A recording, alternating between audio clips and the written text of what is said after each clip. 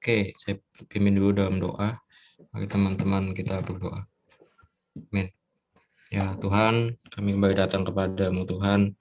Oh, kami mohon pimpinanmu, berkat-Mu sore hari ini, pembacaan Alkitab kami ya Tuhan. Biarlah Tuhan pembacaan Alkitab ini tidak menjadi rutinitas belaka, tapi kami betul-betul Tuhan oleh berkat rohani, oleh firman-Mu yang kami baca, Tuhan, karena itu mohon roh hikmat dan wahyu dari-Mu ya Tuhan, kami betul-betul memahami setiap firman-Mu ini ya Tuhan. Terima kasih Tuhan. Amin.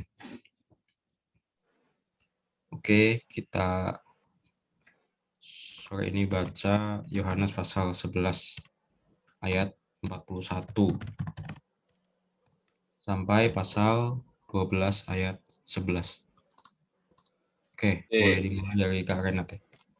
Amin. Maka mereka mengangkat batu itu, lalu Yesus menengadah ke atas dan berkata, Bapa, Engkau mengucap syukur kepadamu karena Engkau telah mendengarkan aku. Ayat 42. Aku tahu bahwa Engkau selalu mendengarkan aku, tapi oleh karena orang banyak yang berdiri di sini mengelilingi aku mengatakannya supaya mereka percaya bahwa Engkaulah yang telah mengutus aku. Ayat 43. Dan sesudah berkata demikian, berserulah ia dengan suara keras, Lazarus, marilah keluar. Orang yang telah mati itu datang keluar, kaki dan tangannya masih terikat dengan kain kafan, dan mukanya tertutup dengan kain peluh. Kata Yesus kepada mereka, bukalah kain-kain itu dan biarkan ia pergi. Kesepakatan untuk membunuh Yesus. Ayat 45.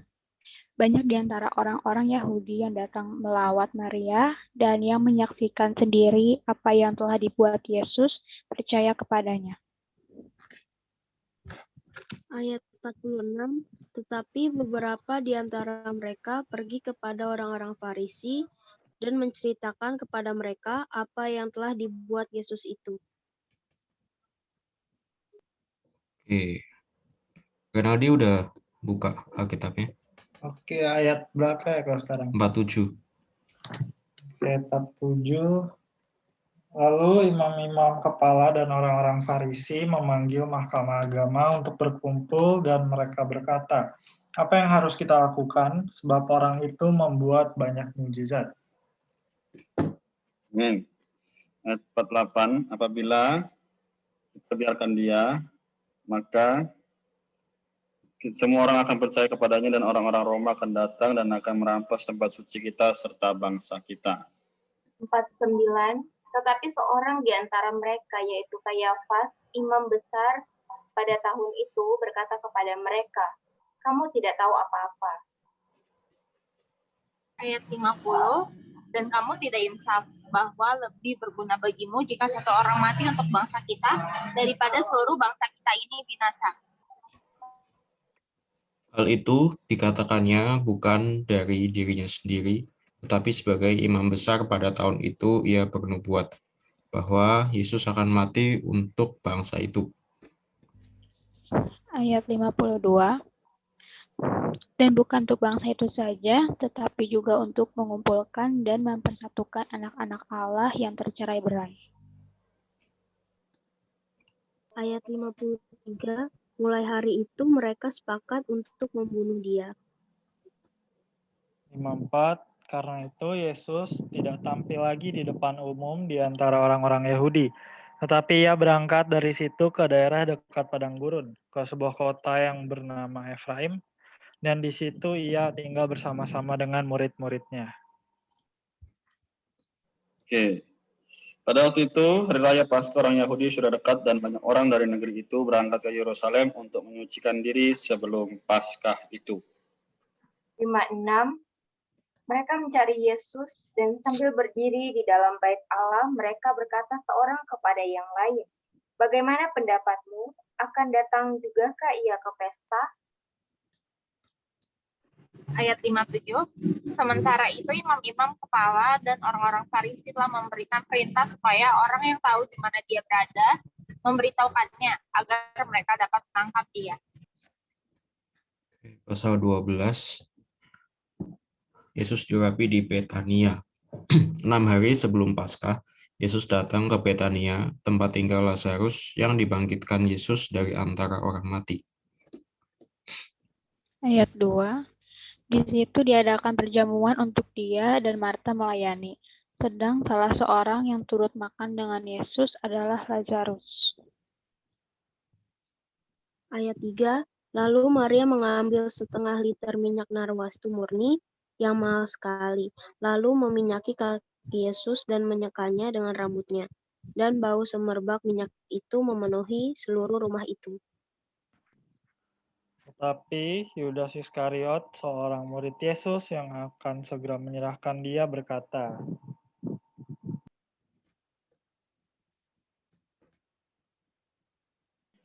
Ya. Mengapa minyak narwastu ini tidak dijual 300 dinar dan uangnya diberikan kepada orang-orang miskin? Ayat 6. Hal itu dikatakannya bukan karena ia memperhatikan nasib orang-orang miskin, melainkan karena ia adalah seorang pencuri. Ia sering mengambil uang yang disimpan dalam kas yang dipegangnya.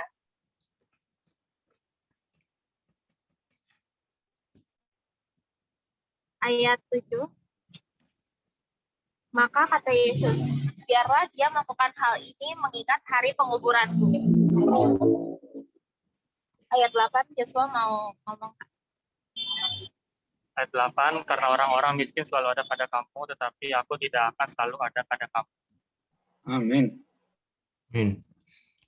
Sejumlah besar orang Yahudi mendengar bahwa Yesus ada di sana, dan mereka datang bukan hanya karena Yesus, melainkan juga untuk melihat Lazarus yang telah dibangkitkannya dari antara orang mati. Ayat 10. Lalu imam-imam kepala bermufakat untuk membunuh Lazarus juga. Ayat 11. Karena dia banyak orang Yahudi meninggalkan mereka dan percaya kepada Yesus. Amin. Amin. Oke.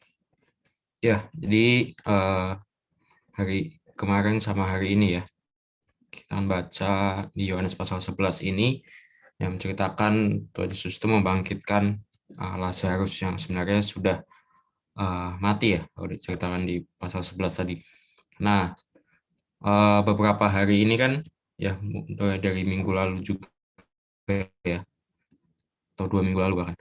Nah, kita kan membahas mengenai hayat ya, di mana Injil Yohanes ini adalah Injil yang membahas mengenai hayat.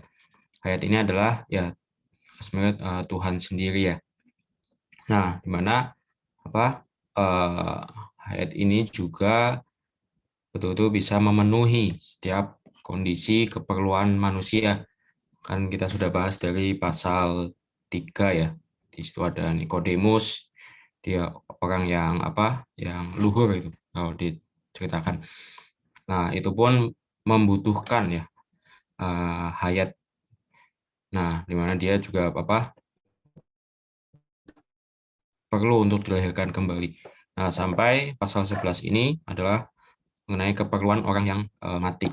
Nah, sebenarnya dari pasal 3 sampai pasal 11 ini, setiap kondisi-kondisi manusia ya yang dijelaskan, itu sebenarnya adalah ya kondisi atau keperluan ya setiap manusia juga pada umumnya. Memang semuanya tidak secara fisik ya. Ada keperluan orang haus, keperluan orang lapar, bahkan keperluan orang buta, dan sekarang ada keperluan orang mati. Ya itu juga sebenarnya ya bisa kita lihat secara rohani juga gitu. Dan ya khusus di pasal 11 ini menjelaskan keperluan orang mati sebenarnya ini juga adalah kondisi dari setiap orang yang belum menerima Tuhan gitu. Itu kondisinya adalah di dalam ya kematian secara rohani. Dan ya kalau kita lihat kemarin ada beberapa ya ciri juga ya dari orang yang mati ini, di mana ya mereka dalam kondisi yang ya sudah mati, berarti kan tidak bisa berfungsi, tidak hidup ya, tidak bisa melakukan apa-apa. Mereka juga ya sudah berbau busuk, artinya ya tidak ada apa kesegaran rohani ya dari mereka karena mereka dalam kondisi yang mati. Dan juga ya tentunya mereka sudah terkubur di dalam tanah. Ini juga apa menggambarkan kondisi orang yang mati secara rohani ya telah terkubur ya dengan berbagai hal yang menduduki, yang ya menutupi dia sehingga diri sendiri sebenarnya tidak bisa menyelamatkan gitu, dan ya perlu Tuhan sebagai juru selamat. Nah, kemudian ya sebenarnya kunci dari apa keperluan orang mati ini adalah ya Tuhan sendiri ya yang sebagai dia katakan ulah kebangkitan dan hidup gitu. Dan bagaimana ya manusia atau orang ini bisa diselamatkan ya dari kematian rohani adalah ya dengan percaya gitu pada firman Tuhan gitu. Ya pertama ya Tuhan berfirman kan, kalau kita tadi lihat di porsi yang tadi kita baca, dia akan bilang ya Lazarus keluarlah di ayat berapa ya?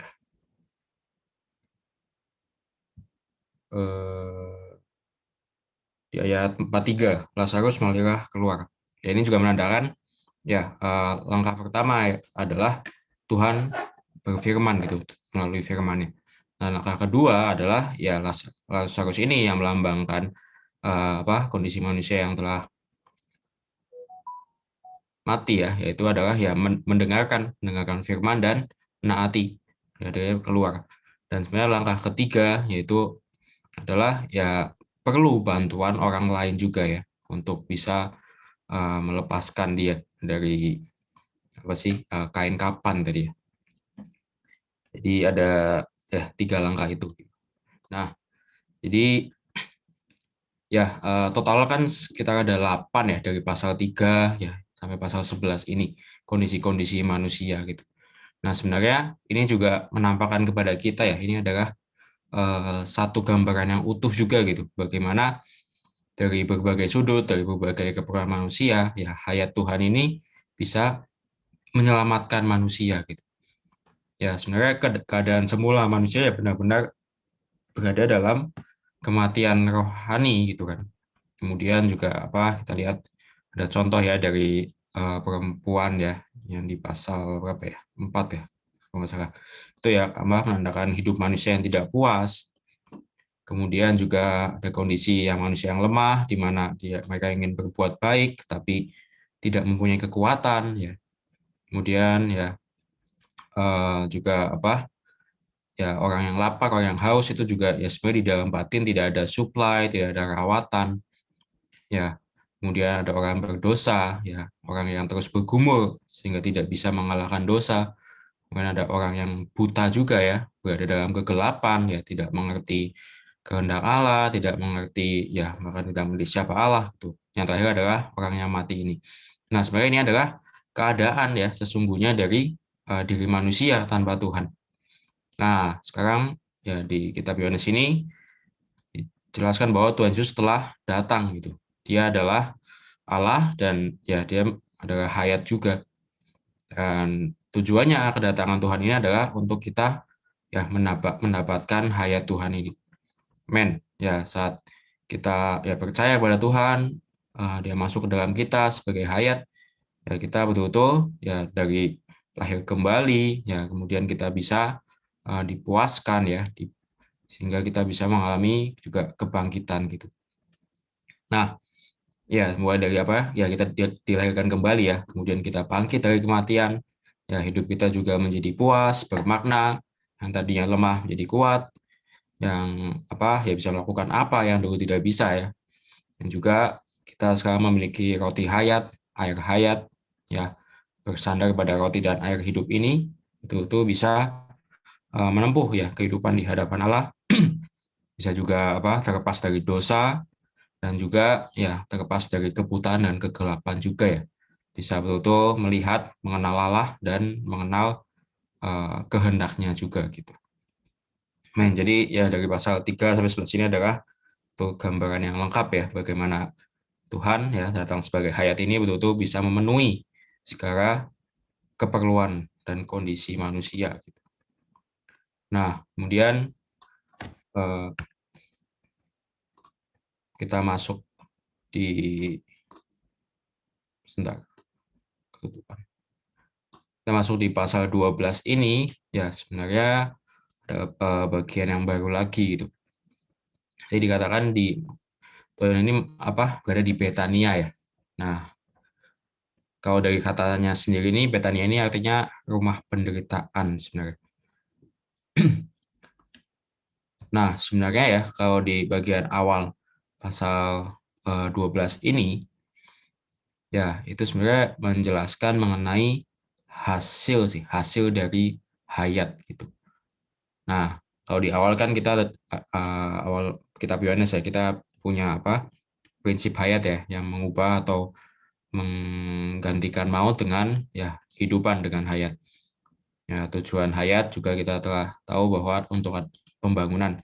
Kemudian ya dari pasal 3 sampai 11 hari ini mengenai ini ya hayat memenuhi keperluan manusia. Nah, masuk pasal 12 ini adalah bagian awal ini menjelaskan mengenai hasil dari hayat itu. Nah, apa sih hasil dari hayat? Sebenarnya adalah kehidupan gereja sebenarnya. Nah, ini digambarkan secara singkat ya sebenarnya. Di mana pertama tuh ada Lazarus. Lazarus ini menggambarkan ya manusia yang telah dibangkitkan ya dari kematian oleh hayat kebangkitan gitu. Kemudian sebenarnya ini Tuhan sedang berada di rumahnya ini kalau kita lihat di kitab Markus ya. Itu berada di rumahnya Simon Sikusta. Ya, Simon Sikusta yang telah disembuhkan Tuhan. Ini juga menggambarkan ya bahwa ya dalam kehidupan kita ya sebagai orang Kristen, ya kehidupan kekristenan kita, kehidupan gereja kita, ya sebenarnya kita adalah orang-orang yang tadinya ya secara rohani kotor kan dengan dosa, namun telah dibersihkan oleh Tuhan, gitu, disucikan oleh Tuhan. Nah, kemudian juga ada beberapa fungsi ya dari orang-orang dalam kehidupan gereja juga, di mana di sini kan ini disebut ada Marta ya, yaitu juga menggambarkan orang yang jadi dalam pelayanan. Kemudian Lazarus itu adalah orang yang yang memiliki kesaksian ya, dia kan ada telah dibangkitkan ya dari kematian, itu juga menjadi kesaksian. Kemudian ada juga Maria ya yang mau memecahkan buli-buli minyak, itu menggambarkan juga orang yang mengasihi Tuhan. Namun di samping itu juga ada ya hal-hal yang negatif juga ya, seperti Yudas ya, orang-orang yang palsu, berkhianat gitu kan. Kemudian ada serangan atau tekanan dari pihak agama juga ya, orang Farisi ahli Taurat seperti itu.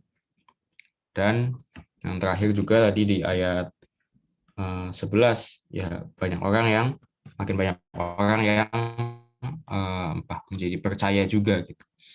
Ya sebenarnya di pasal 12 bagian awal ini ya tadi menjelaskan hasil dari hayat. Mana kalau kita sudah menerima hayat ini ya kita masuk ke dalam ya penghidupan kita sebagai orang Kristen, penghidupan gereja kita. Oke. Ya mungkin itu sih yang bisa bagikan ya. Kalau ada yang mau bertanya atau mau sharing juga boleh.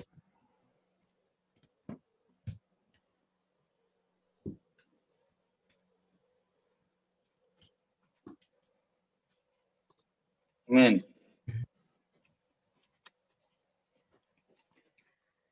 Puji Tuhan. Kak, mau tanya. Ya, sebenarnya penasaran sih Kak sama sosok Lazarus itu. Aku lupa dan maksudnya udah lama banget sih nggak ngedalamin kisah Lazarus. Sebenarnya Lazarus itu kenapa akhirnya Tuhan Yesus mau ngebangkitin sih Kak gitu? apa memang karena itu kawan Tuhan Yesus saja, atau memang ada sesuatu hal? Maksudnya apa memang karena yang tadi Kakak bilang kan perumpamaan kayak Lazarus itu seperti umat manusia sekarang gitu, gereja sekarang gitu, atau ada tujuan lain gitu, Pak? Oh. Oke. Ya, sebentar.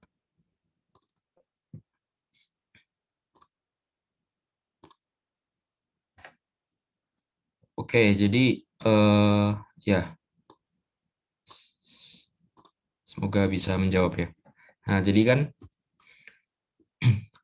latar belakangnya itu ya di pasal 11 ini ya, di bagian awal sebenarnya ya Lazarus itu kan sempat sakit dulu kan. Nah, tapi kemudian di pasal 4 di ayat 4 ini Tuhan Yesus ya setelah dikabari ya kalau Lazarus sakit, dia berkata penyakit itu tidak akan membawa kematian, tetapi akan menyatakan kemuliaan Allah, supaya melalui penyakit itu anak Allah dimuliakan. Nah, kenapa Tuhan bilang begini ya, penyakit itu tidak akan membawa kematian, tapi kok akhirnya sampai sempat mati Lazarus. Nah, karena Tuhan itu, sebentar, di ayat 11 nih, demikianlah perkataannya, dan sesudah itu ia berkata kepada mereka, Lazarus saudara kita telah tertidur, tapi aku pergi ke sana untuk membangunkan dia dari tidurnya. Nah, sebenarnya di anggapan Tuhan, apa ya, Lazarus ini tidak masuk ke dalam kematian sih. Jadi dia tuh sebenarnya tertidur ya, karena kan ya karena begini kelak kan ada ya saat Tuhan datang kembali ya nanti, itu kan ada saat dimana ada kebangkitan ya, orang-orang yang percaya yang telah mati ya, itu kan akan dibangkitkan. Nah, kemudian itu untuk sekedar ini aja ya, maksudnya untuk menyatakan bahwa Tuhan bukan berarti pelin-pelan atau enggak sesuai fakta gitu.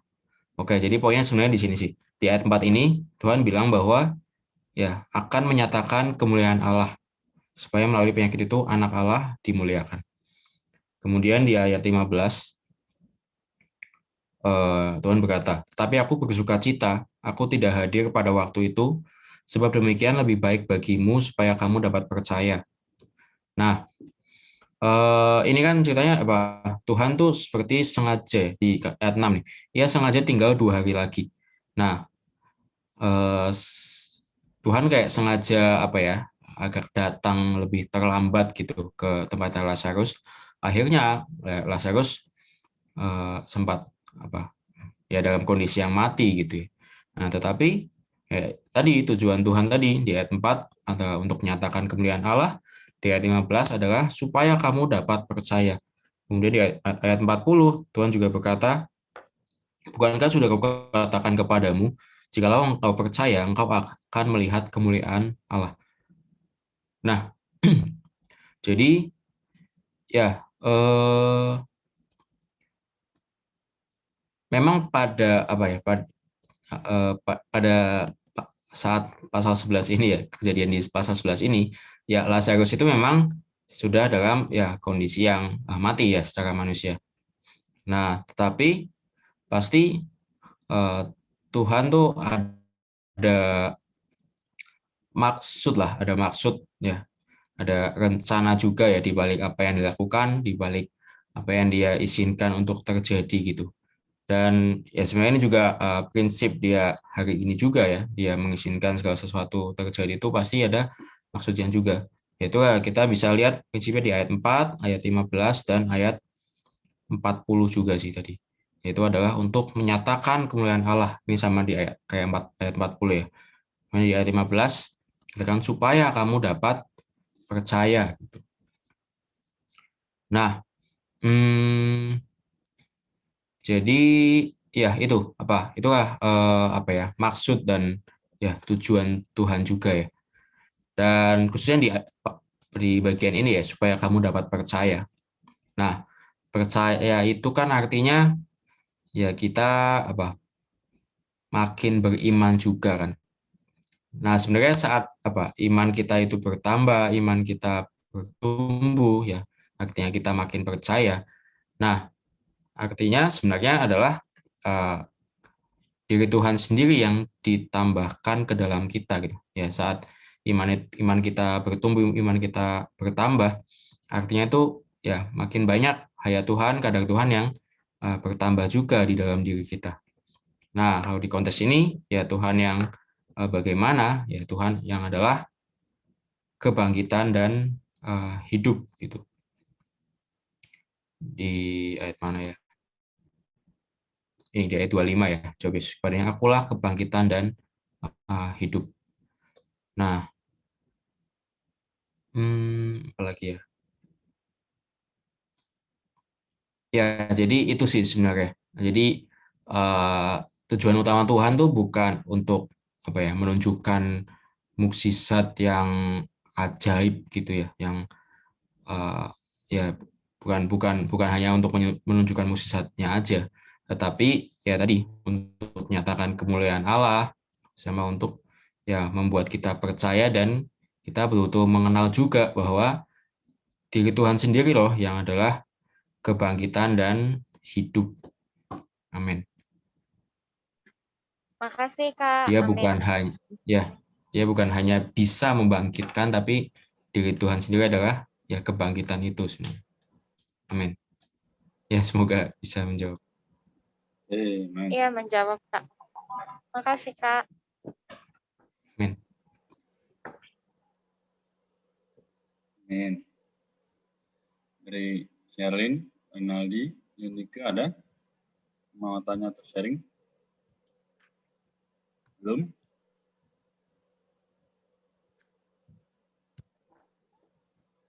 Oke, jadi saya sudah bagikan di Zoom chat dan di grup chat ya, 9 keperluan ini.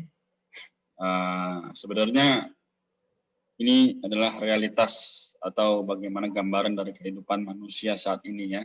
Jadi tadi ada namanya yang apa, kelahiran kembali, kepuasan, yang kesembuhan, kemudian dihidupkan ya, perawatan, peleraian ya, juga pembebasan, lalu penglihatan dan pengembalaan, lalu kebangkitan. Ini adalah salah satu proses di mana sebenarnya dari dulu mungkin kita yang memang dari kecil ada yang sudah percaya Tuhan, namun ada yang mungkin dari kecil juga belum, atau keluarganya tidak di dalam Kristen, mereka memerlukan ini.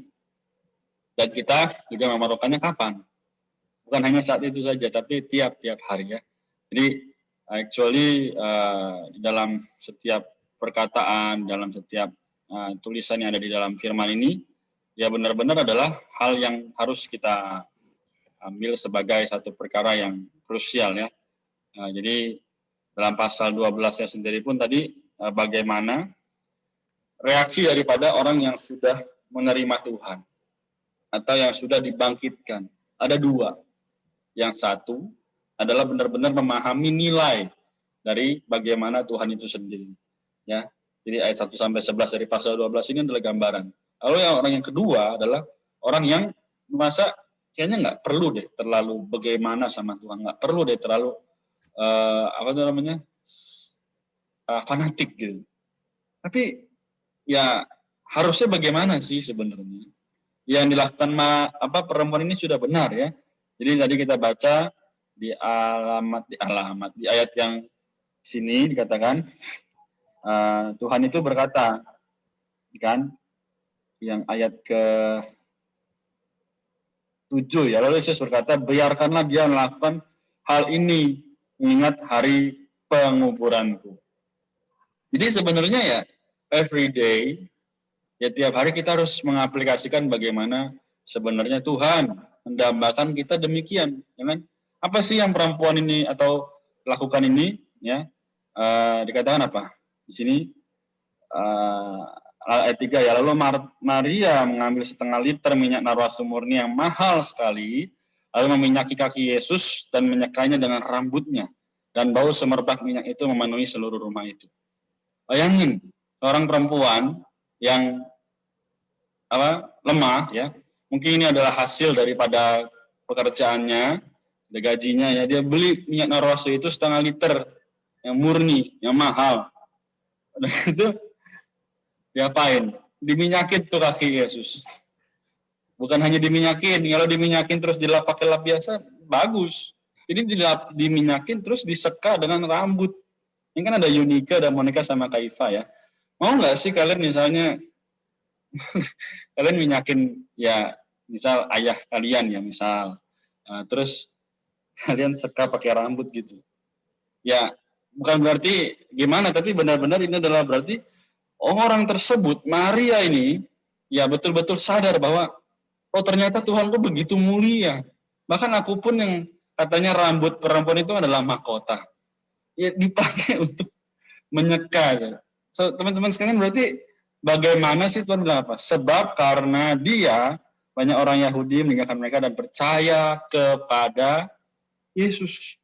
Bayangkan, karena kita memberikan segala sesuatu yang terbaik dari kita. Ya, tenaga, waktu, kepintaran, apapun yang kita miliki pada Tuhan, pasti apa hasilnya?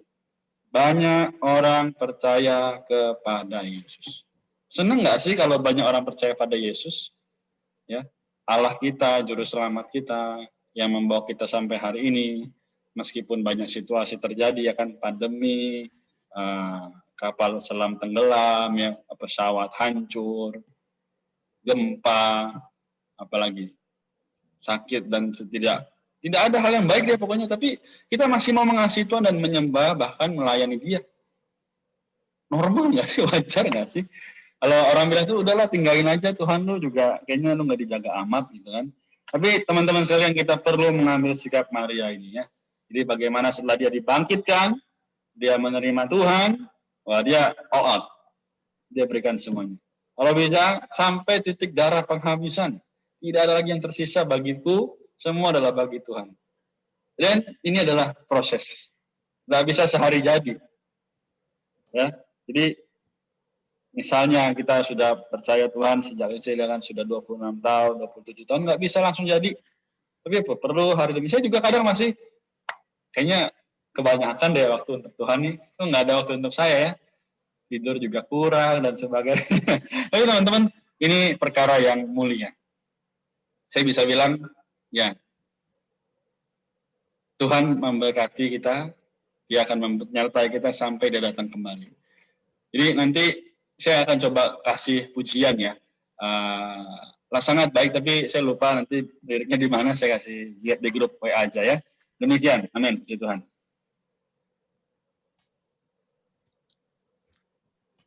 Amin. Oke, kita tutup dalam doa, ya. Boleh kita tolong Yunika mungkin untuk doa tutup sesi sore ini. Halo, suara saya kedengaran, Kak? Iya. Baik, kita bersatu dalam doa. Selamat malam, ya Bapak. Terima kasih Tuhan karena Engkau masih memelihara kami hingga saat ini, Tuhan.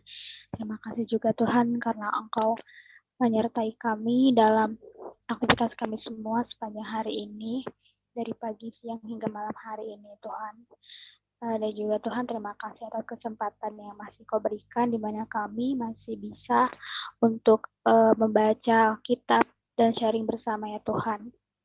Dan juga Tuhan, tolong berkati teman-teman kami yang mungkin belum bisa hadir karena kesibukan dan aktivitas lainnya. Tuhan, tolong senantiasa berkati mereka. Dan bagi teman-teman kami juga yang mungkin sedang dalam kelemahan tubuh, Tuhan, tolong jamah dan sembuhkan, ya Tuhan. Dan juga Tuhan, biarlah apa yang kami terima hari ini juga Tuhan bisa berguna bagi kami renungkan dan kami aplikasikan dalam kehidupan kami, ya Bapa.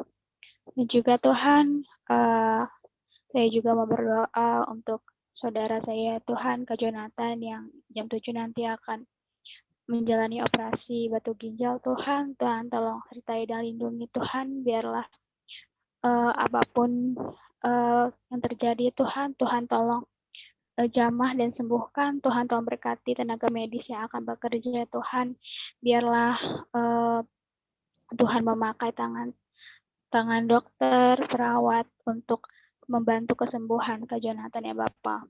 Dan juga Tuhan, kami berdoa untuk kami yang ada di sini juga Tuhan.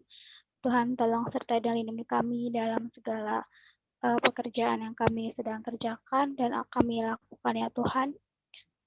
Dan juga tolong sertai kami dalam cita dan rencana kami ke depan ya Bapa. Dan tolong ampunilah kami atas segala dosa dan kesalahan kami yang mendukakan hati-Mu ya Bapa, agar kami layak di hadapan-Mu. Terima kasih banyak ya Tuhan Yesus.